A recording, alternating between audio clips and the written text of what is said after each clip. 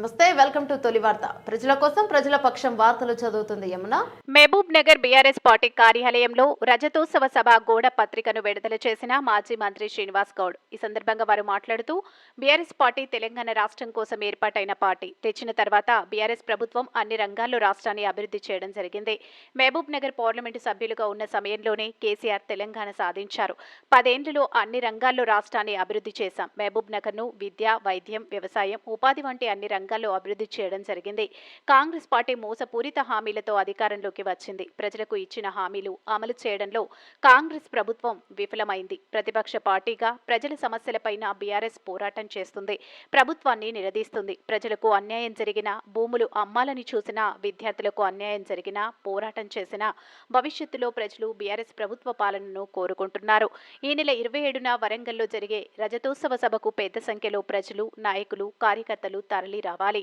ఈ కార్యక్రమంలో గ్రంథాలయ సంస్థ మాజీ చైర్మన్ రాజేశ్వర్ గౌడ్, మున్సిపల్ మాజీ చైర్మన్ నరసింహులు, ముడా మాజీ చైర్మన్ గన్సి వెంకన్న, మార్కెట్ కమిటీ మాజీ చైర్మన్ ఆంజనేయులు, మున్సిపల్ మాజీ వైస్ చైర్మన్ గణేష్, మహబూబ్ నగర్ మండల పార్టీ అధ్యక్షులు దేవేందర్ రెడ్డి, సీనియర్ నాయకులు సాయిలు యాదవ్, గిరిధర్ రెడ్డి, శ్రీనివాస్ రెడ్డి, నవకాంత్, శ్రీకాంత్ రెడ్డి, శరత్, జావేద్ బైక్ తదితరులు పాల్గొన్నారు. మీ తొలి వార్త న్యూస్ ని సబ్స్క్రైబ్ చేసి, లైక్ చేసి, షేర్ చేయండి. పాత్రికేయ సోదరులందరి పేరు నమస్కారం. వరంగల్లో జరగబోయేటువంటి రజతోత్సవ సభను విజయవంతం చేయాలని చెప్పని, స్వచ్ఛందంగా కదిలి రావాలని చెప్పని 27న జరిగేటువంటి సభను 24 సంవత్సరాల నుంచి 25 సంవత్సరాల్లో పడుతున్నటువంటి బీఆర్ఎస్ పార్టీ రజతోత్సవ సభను విజయవంతం చేయాలని మరొకసారి అందరినీ కూడా కోరుకుంటూ, తెలంగాణ రాష్ట్రం గురించే పుట్టినటువంటి పార్టీ. ఈ భారతదేశంలో చాలా పార్టీలు రాజకీయ అస్తిత్వం గురించి పార్టీలు పుట్టినాయి. కానీ బీఆర్ఎస్ పార్టీ అనేది రాష్ట్రం ఏర్పాటు గురించి పుట్టినటువంటి పార్టీ, రాజకీయం గురించి పుట్టిన పార్టీ కాదు. ఇది రాజకీయ పార్టీ అసలు కాదు. కేవలం రాష్ట్రం ఏర్పాటు కావాలనే పుట్టినటువంటి పార్టీ ఇది. ఆ తర్వాత రాజకీయ పార్టీకి అవతరించినటువంటి పార్టీ ఇది.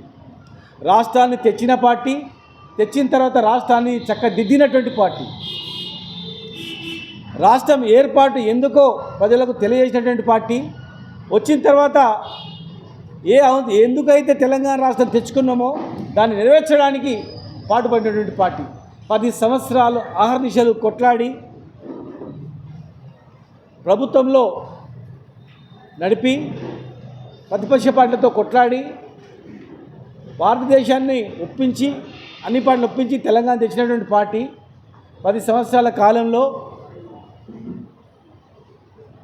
నీళ్లు, నిధులు, నియామకాలు అనే పునాదులపైన పుట్టినటువంటి ఉద్యమం ఈ పార్టీ.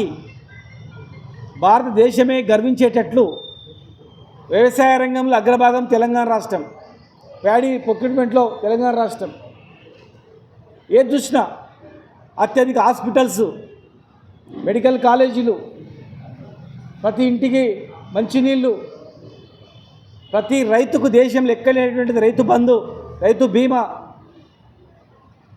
పేద పెళ్లిళ్లకు ఆర్థిక సహాయం, హిందూ, ముస్లిం, క్రైస్తవులకు అన్ని సమానత్వంగా వాళ్ళ మతాలను గౌరవించుకుంటూ, వ్యవసాయాన్ని అభివృద్ధి చేసుకుంటూ, అన్ని కులవృత్తులను పునరుద్ధరణ చేసుకుంటూ, తాగడానికే నీళ్ళకు కష్టంగా ఉన్నటువంటి ఈ ప్రాంతాన్ని సాగునీరు దేవుడెరుగు అన్ని రంగాల్లో తీర్చిదిద్దుతూ, వలసలను బంద్ చేసి బతుకుదెరువు అంటే పాలమూరు అని చూపించే రీతిలో ఈ మహబూబ్ నగర్ ఎంపీగా ఉన్నప్పుడే రాష్ట్రం రావడం,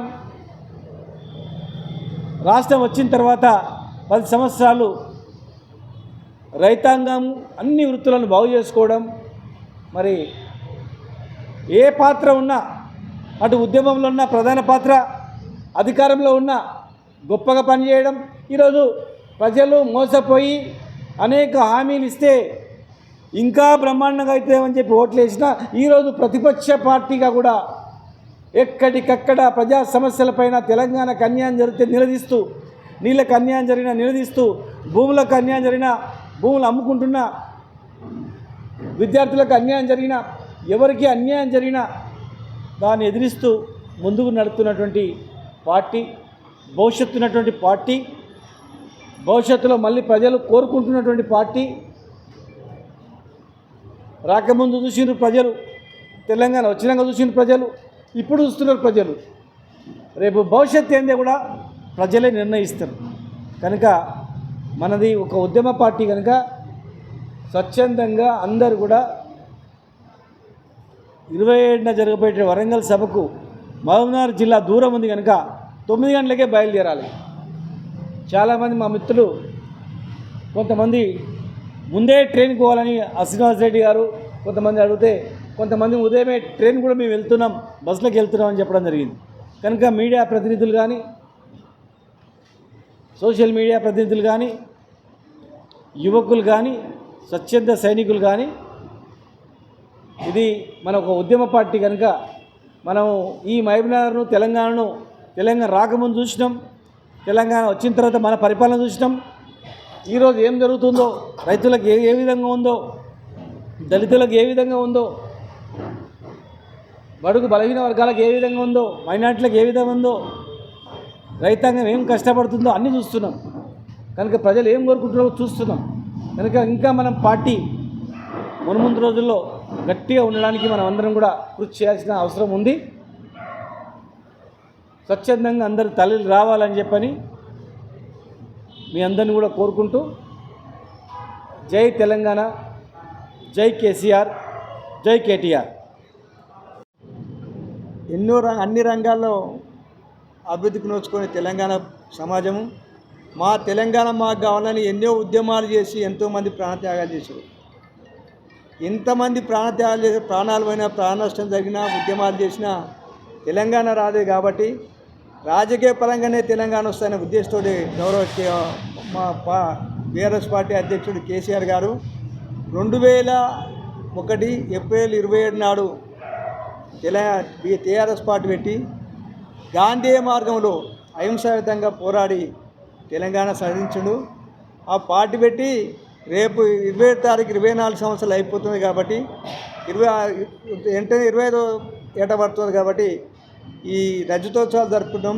దీనికి చాలామంది కార్యకర్తలు కానీ ప్రజలు కానీ ఉత్సాహంగా ఉంటారు. ఎందుకంటే తెలంగాణ కొరకే పుట్టిన పార్టీ, తెలంగాణ సాధించిన పార్టీ. ఎవరు ఊహించని విధంగా అన్ని పార్టీలను ఒప్పించి మెప్పించి తెలంగాణ తెచ్చిన నాయకుడు కేసీఆర్ గారు.